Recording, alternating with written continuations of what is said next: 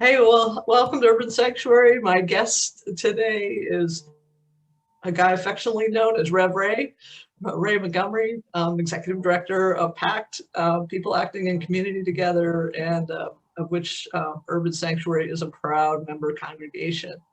Ray, great to be talking to you on this Friday night, which will be aired on Sunday morning. How are you? Pasadena, I am great. In spite of all that we're experiencing, all of the chaos, I'm great because I'm able to be in community with pastors like yourself who are willing to have courageous dialogue that is always going to be our pathway forward.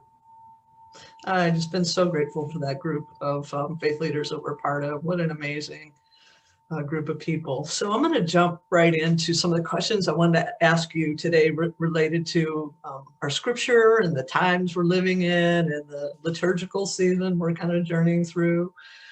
And so last Sunday, we looked at the baptism of Jesus. And as I was just really thinking about current events and watching the discussion in the halls of Congress this past week, a lot of the conversation was about accountability and all. And as I thought about our baptismal vows, part of what we're asked to do in those is to renounce evil. It's kind of a phrase we often like pass over real fast in those vows because sometimes we're not really that comfortable. It sounds super judgmental.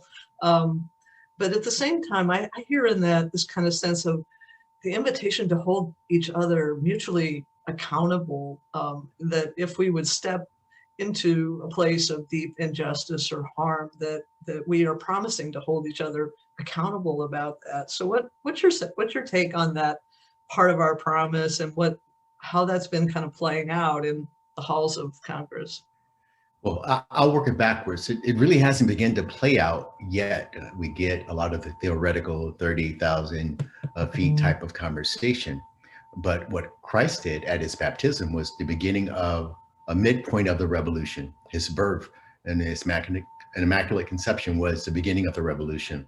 But this baptismal by John the Baptist was the beginning of this revolution. And it symbolized for me being baptized into a community because the salvation comes by faith, right? But the baptismal is an outward expression of what you have believed in your heart. So then how do we move forward with that? If we are baptized in faith as Christ was, and we begin this new revolution, we are saying that we agree with this community of baptized believers. That means we are accountable to what we say we believe. And even if you are not a Bible student or scholar, just knowing that Christ came to reconcile the world, to reconcile, that is to bring us back together. We were like scattered sheep, but now we're back together in one flock. There is an accountability that we have one to another. And then the creator oath of um, fighting evil, that is first, there has to be this self-reconciliation and self-analysis, this renewing of the mind, because we must realize that we all operate in some sense and form of self-interest.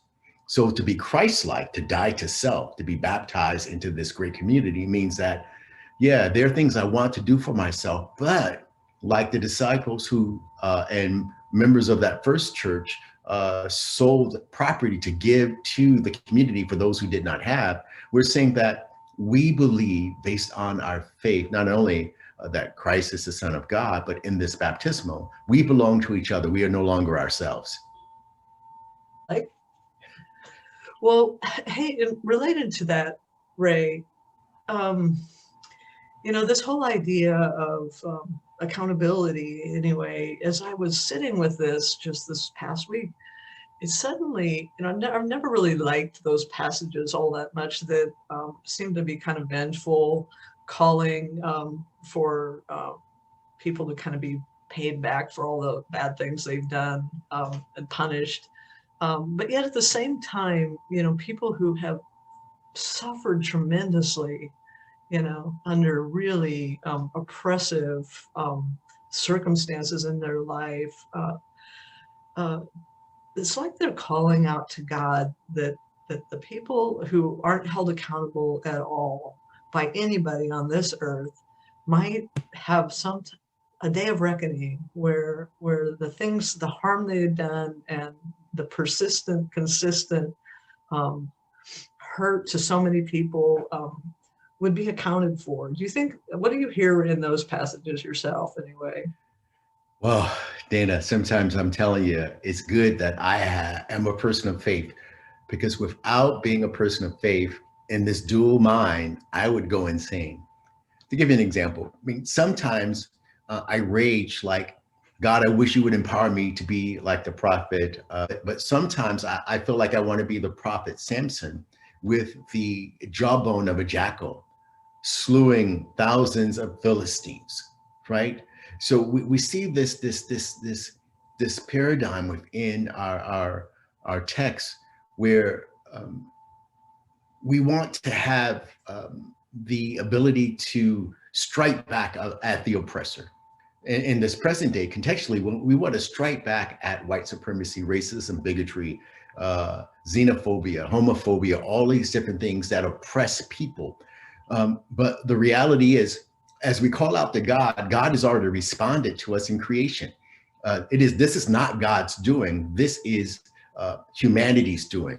Because in the beginning, when God created heaven and earth, God gave humanity dominion over all things. With that, God gave us custodialship over this universe. And then you have to look at what man have done with the authority that has been given. They have used it to oppress, to rape, to steal, to rob, to conquer, to colonize, and to, in cases, erase an entire population, not just here in the United States, but throughout the world. And they've done it in the name of God. But what God is calling, and just as we find in 2 Corinthians, if my people who are called by my name, if my people, it is up to the people of God to organize, to preach and speak truth to power in order to overthrow the evil one. And we do that being enabled by the power that has been already given to us, this authority to God. So it does start, as you said in the very beginning, with this self-reflection and looking at what's in ourselves as well, and why we're afraid and why we don't have the courage, and what's going on in us, and yet we can take heart from each other too by that mutual encouragement from the community, and the fact that it's scary to stand alone, but it's a lot looks a lot more doable when we're side by side together. Absolutely. Yeah. You know, the Bible teaches us that we are overcome by the testimony of the saints. When we begin to tell our story, and the story may not always be the story of the oppressed, but it may be the renewing of a mind of someone who had power to oppress, and they were renewed by the spirit of that baptism of Christ and that power which was given to us to say, I was once this way, but based on my faith and based on my accountability and based on my authority, I denounce evil.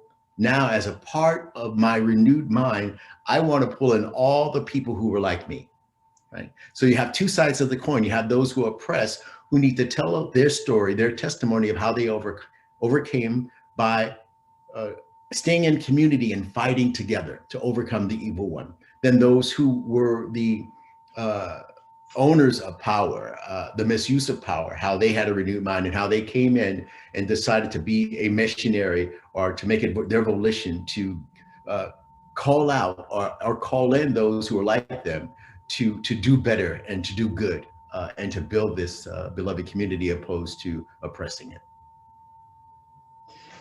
That's beautiful.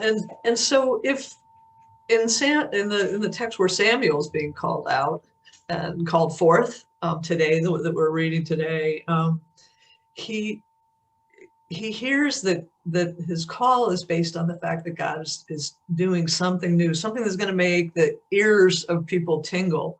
And I have had the sense with just the number of voters that got mobilized this year, the number of people that were involved in the democratic process, that there is like something new emerging, and that it might look pretty threatening to some people, and that's why there was the reaction that there was. Yes. But so, do you think something new is happening? There's the opportunity. There's the opportunity. I love Samuel, very personal to me, to my call in ministry, because I thought something was calling me, but I was in corporate America and I was making good money. And surely God could not be asking me to give up this good money to be a preacher. Oh my God, who wants to do that? So I was hearing something, but it took me in being engaged with other people who had wisdom, who could speak truth into my life before I could realize what was actually happening. I was being called into the ministry. God was creating something new in me. Likewise, with Samuel, he heard, he was hearing, and he was not familiar with it because he was not brought up, even though he was serving Eli, he wasn't really that mature person of faith. So what happened is when he went to Eli, even though Eli was a very evil priest and his sons were horrible, he was able to speak truth and he was able to give instruction. And with that instruction, Samuel was able to become Samuel, the prophet of God, who was able to call the first king, Saul, who was a horrible king, which was later succeeded by David, who we know through 40 and 2 generations, the seed of Christ comes. Now let's play that in what's happening right now. America has had the opportunity to see the truth. We saw it with the murder of Ahmaud Arbery in Georgia. We saw it with the public lynching of George Floyd. And now we saw it with how Black Lives Matter, how peaceful protesters of all colors, of all genders, of all generations, how they were treated relational to the mob that just laid siege of the nation's capital, right? So the people who are sitting on the sidelines, they may have heard the call for justice. They may not have quite understood what it meant, but now they can actually see it with their visual eyes. The call or the calling in for justice based on their faith, based on if they are baptized believers and they have made a vow to fight evil, now they have no other excuse. Now, like Samuel, they have had the opportunity to go and hear a message, and now they need to know what they need to do. They need to stand up for right. They need to organize within their faith. They need to proclaim the justice that prophetically rises up from what we believe. What you said, I was really too struck by what you said about Eli in the story too, that about the kind of person that he was, and yet he was still an instrument and a good advisor to Samuel in this moment. And so that sense of seeds of goodness and evil, the mix is in all of us, and you never know who's going to be an instrument for what purpose at what point in time. And Absolutely. So, yeah. We as believers, we need to be mindful and careful. Yeah. God used Eli, a priest of God, but a horrible priest for the good. God used Artaxerxes, a Persian emperor. And if you do your study about the Persian Empire, they were vicious. There were none more vicious, but used Artaxerxes, a Persian emperor, to give Nathan the authority to rebuild the walls of Jerusalem and then restore the temple.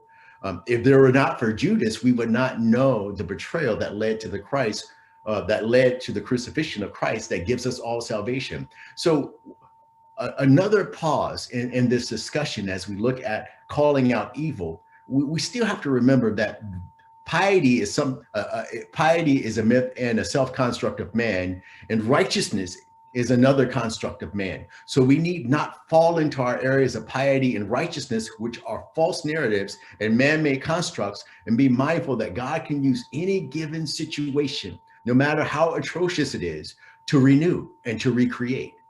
And this is the situation. So you ask me, do I see and think that this is an opportunity and that God is doing a renewal and recreating something new?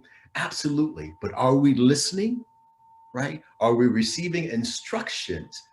And then are we living up to the commitment that we've made, but then are we activating it in the spaces of where we exist? Yeah.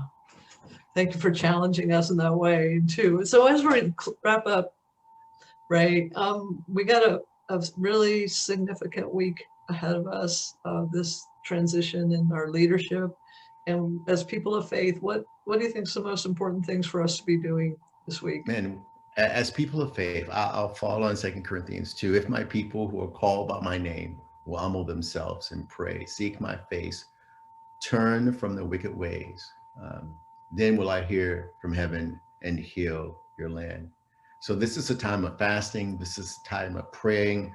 This is a time of telling the truth, right? This is a time of naming things, um, naming things. And Ibram X. Kendi's How to Be Anti-Racist, he states that the only way that you can dismantle white supremacy, racism, and bigotry is to name it.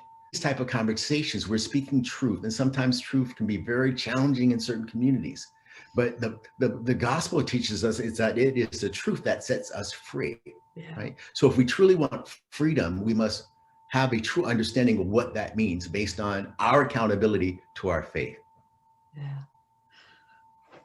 Reverend Ray, thank you for your leadership of PACT, I have to say, because it holds a space for us as congregations, for us as individuals to step in with others who are organizing together.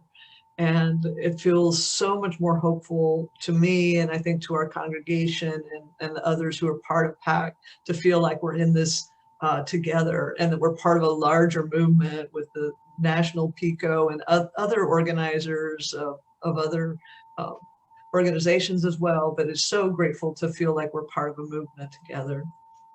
Thank you. Absolutely. We'll Thank never you. stop organizing, and we'll never stop training and developing leaders who can speak for themselves, who can speak truth to power. So thank you so much, Pastor Dana. Thank you for your community, for indulging this humble Baptist preacher and community leader. And I pray all of you safety and wellness during this time of pandemic and time of peaceful transition that we pray for. Thank you.